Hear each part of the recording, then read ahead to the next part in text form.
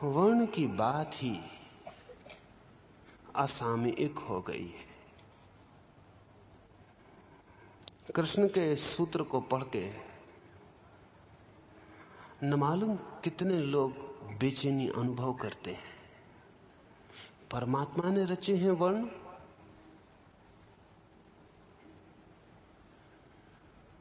कठिनाई मालूम पड़ती है, क्योंकि वर्णों के नाम पर इतनी बेहूदगी हुई है और वर्णों के नाम पर इतना अनाचार हुआ है और वर्णों की ओट और आड़ में इतना सड़ापन पैदा हुआ, इतनी सड़ान पैदा हुई है कि भारत का पूरा हृदय ही कैंसर से ग्रस्त अगर हुआ तो वो वर्णों के सहारे हुआ है। तो आज कोई भी विचारशील व्यक्ति जब इस सूत्र को पढ़ता है तो थोड़ा या तो बेचैन होता है या जल्दी इसको पढ़ के आगे निकल जाता है, इस पे ज्यादा रुकता नहीं। ऐसा लगता है कि कुछ ठीक नहीं, आगे बढ़ो। पर मैं इस पे जरा रुकना चाहूं। क्यों? क्योंकि जीवन में सत्यों के आधार पर भी असत्य चल जाते हैं। सच तो यह है कि असत्य के पास अपने पैर नहीं होते, उसे पैर सदा सत्य से ही उधार लेने पड़ते हैं। इसलिए असत्य बोलने वाला बहुत कसमें खाता है कि जो मैं बोल रहा हूं वो सत्य है। बेईमानी को भी ईमानदारी के वस्त्र पहनने पड़ते हैं। और दुनिया में जब भी कोई सत्य जीवन सिद्धांत प्रकट होता है तो उसका भी दुरुपयोग किया गया है, किया जाता रहा है, लेकिन इससे सिद्धांत गलत नहीं होता। एटम का विश्लेषण हुआ, परिणाम में हिरोशिमा और नागासाकी का विध्वंस मिला। हिरोशिमा और नागासाकी के कारण एटम के विश्लेषण का सिद्धांत गलत नहीं होता। लाख आदमी मर गए, जल के राख हो गए और पीढ़ियों दर पीढ़ियों तक बच्चे प्रभावित रहेंगे, पंगु, अपंग, अंधे, लंगड़े, लूले पैदा होंगे। लेकिन फिर भी अणु के विश्लेषण का सिद्धांत, थ्योरी गलत नहीं होती। गलत उपयोग हुआ ये हमारे कारण, सिद्धांत के कारण नहीं। वर्ण के कारण जो जो हुआ उसके लिए हम जिम्मेवार हैं, हम गलत लोग। उसके लिए वर्ण की वैज्ञानिक चिंतना जिम्मेवार नहीं है। कृष्ण जब कहते हैं तो वे दो शब्दों का उपयोग कहते हैं। वे कहते हैं गुण और कर्म के अनुसार मैंने 4 वर्ण बनाए। गुण और कर्म, व्यक्ति व्यक्ति में गुणों का भेद है और दुनिया में कोई समानता का उपाय नहीं है जिससे हम गुण भेद मिटा सके। हम कितने ही बड़ी कम्युनिस्टिक सोसाइटी को पैदा कर लें, कितना ही साम्यवादी समाज निर्मित कर लें, गुण भेद नहीं मिटा पाएंगे। धन को बराबर बांट दें, कपड़े एक से पहना दें, मकान एक से बना दें, गुण भिन्न नहीं होंगे, गुण में अंतर नहीं मिटाया जा सकेगा, कोई उपाय नहीं है। गुण व्यक्ति की आत्मा का हिस्सा है, वह समाज व्यवस्था का हिस्सा नहीं है गुण। इसलिए पहली बात आपसे कहता हूं कि कृष्ण का यह ख्याल कि ये वर्ण की व्यवस्था मैंने बनाई, ये व्यक्ति के आंतरिक गुणधर्म की चर्चा है। इसका सामाजिक व्यवस्था से दूर में संबंध है, गहरे में संबंध व्यक्ति के भीतर के निजी व्यक्तित्व से, इंडिविजुअलिटी से। एक एक व्यक्ति में गुण का भेद है और गुण हम जन्म से लेके पैदा होते, गुण निर्मित नहीं होते, बिल्ट इन है, पैदाइश के साथ बंधे। वो जो मां और पिता से जो कण मिलते हैं हमें, हमारे सब गुण उनमें ही छिपे। आइंस्टीन इतनी बुद्धिमत्ता को उपलब्ध होगा, ये उसके पहले अणु में छिपी हुई है। और आज नहीं कल वैज्ञानिक पहले अणु की जांच करके खबर कर सकेंगे कि ये व्यक्ति क्या होगा। वैज्ञानिक तो यहां तक पहुंच गए हैं कि उनका ख्याल है जैसे आज बाजार में फलों की और फूलों की दुकान पर फूलों के बीजों के पैकेट मिलते हैं और अंदर बीज होते हैं और ऊपर फूल की तस्वीर होती है कि इन बीजों को अगर बो दिया तो ऐसे फूल पैदा हो जाएंगे। वैज्ञानिक कहते हैं 25 साल के भीतर, इस सदी के पूरे होते होते, हम आदमी के जीवाणु को भी पैकेट में रख के दुकान पे बेच सकेंगे कि ये जीवाणु इस तरह का व्यक्ति बन सकेगा, उसकी तस्वीर भी ऊपर दे सकेंगे। इसका मतलब यह हुआ कि वो जो पहला अणु है उसमें सारा बिल्ट इन, सभी भीतर से निर्मित गुणों का व्यवस्था है। वो बाद में प्रकट होगी, मौजूद सदा से है, और उस गुण में बुनियादी भेद है। उन भेदों को कृष्ण कहते हैं 4 में मैंने बांटा। मैंने अर्थात प्रभु ने 4 में बांटा। प्रकृति ने, परमात्मा ने, जो भी नाम हम पसंद करें, 4 मोटे विभाजन किए और 4 मोटे विभाजन हैं। ये बहुत संयोग की बात नहीं है कि दुनिया में जब भी जिन लोगों ने मनुष्यों के टाइप का विभाजन किया तो विभाजन हमेशा 4 में किया, चाहे कहीं भी किया हो। अभी पश्चिम के एक बहुत बड़े विचारक कार्ल गुस्ताव जुंग ने, इस सदी के बड़े से बड़े मनोवैज्ञानिक ने, जब आदमियों के टाइप बांटे तो उसने भी 4 में बांटे। नाम अलग, लेकिन बांटे 4 में। इसमें कुछ मजबूरी है। 4 ही है प्रकार, मोटे। फिर तो एक एक व्यक्ति में थोड़े थोड़े फर्क होते हैं, लेकिन मोटे 4 ही प्रकार। कुछ लोग हैं जिनके जीवन की ऊर्जा सदा ही ज्ञान की तरफ बहती है, जो जानने को आतुर और पागल है, जो जीवन गंवा देंगे लेकिन जानने को नहीं छोड़ेंगे। अब एक वैज्ञानिक जहर की परीक्षा कर रहा है कि किस किस जहर से आदमी मर जाता है। अब वो जानता है कि इस जहर को जीभ में रखने से वो मर जाएगा, लेकिन फिर भी वो जानना चाहता है। हम कहेंगे पागल, बिल्कुल पागल। ऐसे जानने की जरूरत क्या है? लेकिन हमारी समझ में ना आएगा। वो ब्राह्मण का टाइप है, वो बिना जाने नहीं रह सकता। जीवन लगा दे लेकिन जान के रहेगा। वो जहर को जीभ में रख के उस आनंद को पालेगा, जानने के आनंद को, कि हां, इस जहर से आदमी मरता है। हम कहेंगे इसमें कौन सा फायदा है, उस आदमी को क्या मिल रहा है? हम समझ ना पाएंगे। सिर्फ अगर हमारे भीतर कोई ब्राह्मण होगा तो समझ पाएगा, अन्यथा हम ना समझ पाएंगे। आइंस्टीन को क्या मिल रहा है? सुबह से सांझ तक लगा है प्रयोगशाला में, क्या मिल रहा है? कौन सा धन?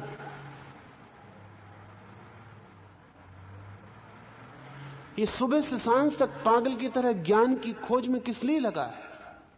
नहीं, किस लिए का सवाल नहीं है, अंत का सवाल नहीं है, मूल का सवाल है। मूल में गुण उसके पास ब्राह्मण का है, वो जानने के लिए लगा हुआ है। तो कृष्ण कहते हैं गुण और कर्म। गुण भिन्न है, 4 तरह के गुण हैं, 4 तरह के आर्च टाइप। जुंग ने आर्च टाइप शब्द का प्रयोग किया है। 4 तरह के मूल प्रकार। एक जो ज्ञान की खोज में, जिसकी आत्मा आतुर है, जिसकी आत्मा एक तीर है, जो जानने के लिए, बस जानने के लिए अंतहीन यात्रा करती। अब जो लोग चांद पर पहुंचे हैं, चांद पर क्या मिल जाएगा? कुछ बहुत मिलने को नहीं बस, लेकिन जानने की उद्दाम वासना। चांद पर भी नहीं रुकेंगे, और तो और आगे, कहीं कोई सीमा नहीं है। ये जो ज्ञान की खोज में आतुर लोग हैं, ये ब्राह्मण हैं, गुण से। दूसरा एक वर्ग है जो शक्ति का खोजी है, जिसके लिए पावर, शक्ति सब कुछ है, शक्ति का पूजक है। शक्ति मिली तो सब मिला। वो कहीं से भी जीवन में शक्ति मिल जाए तो उसी की यात्रा में लगा रहेगा। ये जो शक्ति का खोजी है वो भी एक टाइप है, उसे इंकार नहीं किया जा सकता। छत्री उस गुण का व्यक्ति है। अर्जुन इसी गुण का व्यक्ति है। कृष्ण ने इसी सिलसिले में ये बात भी कही। वो उसको यही समझाना चाहते हैं कि तू अपने गुण को पहचान, तू अपनी निजता को पहचान और उसके अनुसार ही आचरण कर, अन्यथा तू मुश्किल में पड़ जाएगा। क्योंकि जब भी कोई व्यक्ति अपने गुण को छोड़कर दूसरे के गुण की तरह व्यवहार करता है तब बड़ी अड़चन में पड़ जाता है, क्योंकि वो काम कर रहा है जो वो कर नहीं सकता और उस काम को छोड़ रहा है जिसे वो कर सकता था। और जीवन का समस्त आनंद इस बात में है कि हम वही पूरी तरह कर पाएं जो करने को नियति, डेस्टिनी, जो करने को प्रभु उत्प्रेरित किया है। अन्यथा जीवन में कभी शांति नहीं मिल सकती, आनंद नहीं मिल सकता। जीवन का आनंद एक ही बात से मिलता है कि जो फूल हम में खिलने को थे वो खिल जाएं, जो गीत हमसे पैदा होने को था वो पैदा हो जाए। लेकिन अगर ब्राह्मण छत्री बन जाए तो कठिनाई में पड़ जाएगा, क्योंकि शक्ति में उसे कोई रस नहीं है। इसलिए आप देखें कि इस देश में ब्राह्मणों को इतना आदर दिया गया है, लेकिन ब्राह्मण ने उतने आदर, सम्मान, सर्वश्रेष्ठ ऊपर होने पर भी कोई शक्ति पाई नहीं। ब्राह्मण भिखारी का भिखारी रहा, उसने कोई शक्ति पाई नहीं। वो दीन का दीन ही रहा। वो अपने झोपड़े में बैठ के ब्रह्म की खोज करता रहा। आदर उसे बहुत था, सम्राट उसके चरणों पर सिर रखते थे, राज्य उसके चरणों में लौट सकते थे, लेकिन उसे कोई मतलब न रहा।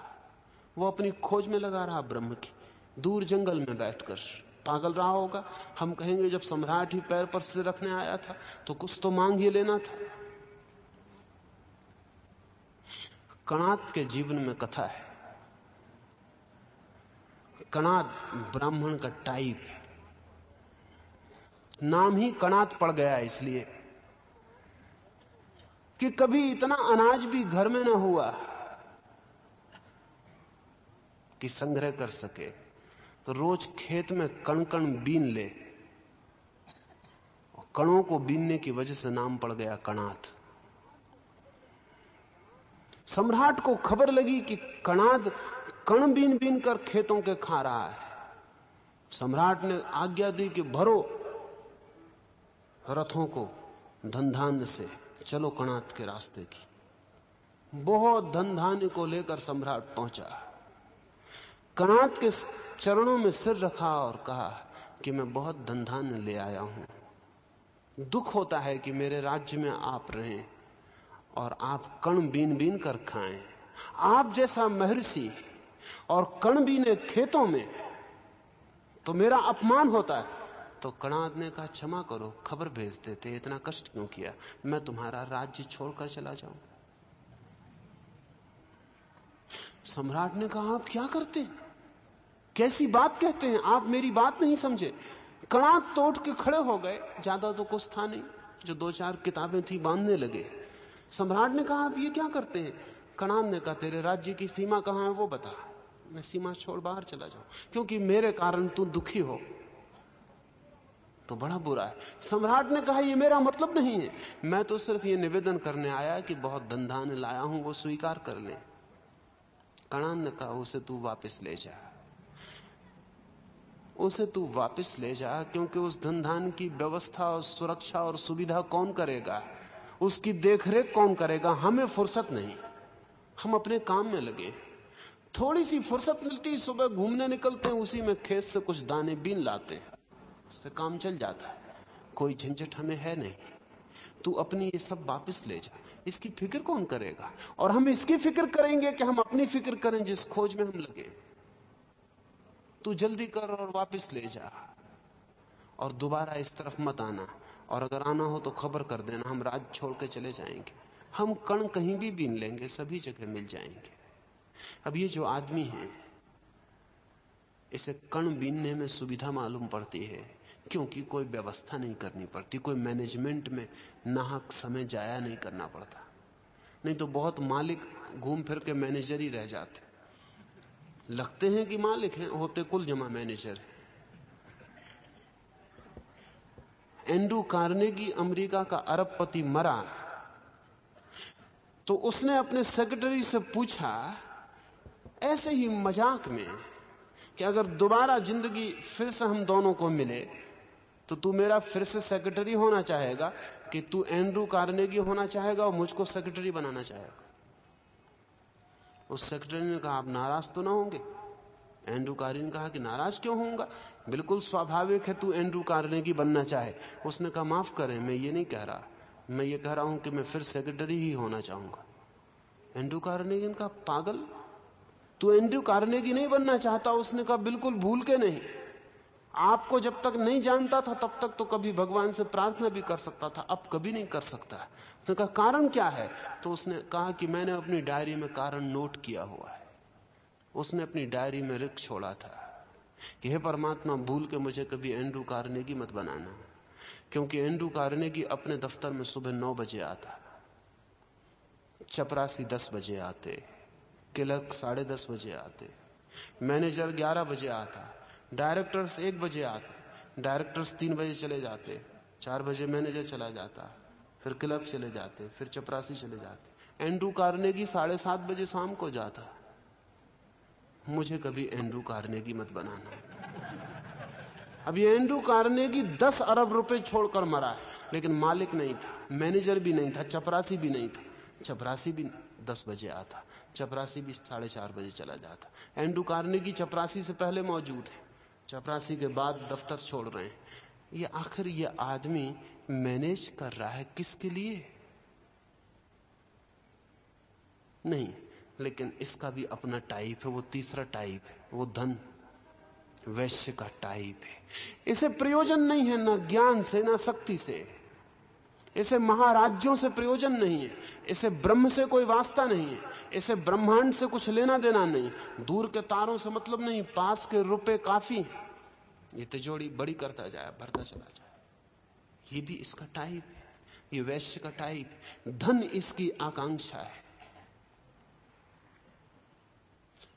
चौथा एक शूद्र का टाइप है, श्रम उसकी आकांक्षा है। ऐसा नहीं है जैसा हम साधारणतः समझाया जाता है कि कुछ लोगों को हम मजबूर कर देते हैं श्रम के लिए, ऐसा नहीं है। अगर कुछ लोगों को श्रम ना मिले तो उनके लिए जीना मुश्किल हो जाए। खाली सभी लोग नहीं रह सकते। अभी अमेरिका में कठिनाई आनी शुरू हुई है क्योंकि श्रम का काम समाप्त होने के करीब है, मशीनें करने लगी हैं। और अमेरिका के सब बड़े विचारशील लोग, चाहे जैकस इलूल हो और चाहे कोई और हो, वो सब इस चिंता में पड़े हैं कि 10-15 साल में सारा ऑटोमेटिक इंतजाम हो जाएगा, सब मशीनें काम कर देंगी। तो अब सवाल यह है कि लोग काम मांगेंगे तो हम काम कहां से देंगे? और लोग काम मांगेंगे क्योंकि लोग बिना काम रह नहीं सकते। कुछ लोग तो रह ही नहीं सकते बिना काम। एक दिन मैं ट्रेन में सफर कर रहा था, थका था, किसी गांव से भीड़ भाड़ से लौट रहा था, तो मैंने सोचा कि अब 24 घंटे सोया ही रहना है। पर एक सज्जन और मेरे कंपार्टमेंट में थे। मैं जैसे कमरे में आया, मैंने उनकी तरफ देखा नहीं, क्योंकि देखा कि खतरा शुरू हो जाए, वो कुछ बातचीत शुरू कर दे। मैंने जल्दी से आंख बंद की और मैं सोने लगा। उन्होंने कहा क्या आप इतनी जल्दी सोने लगे? मैंने कहा कि आप समझिए मैं सो ही गया, मैं तो बिस्तर ओढ़ के सो रहा।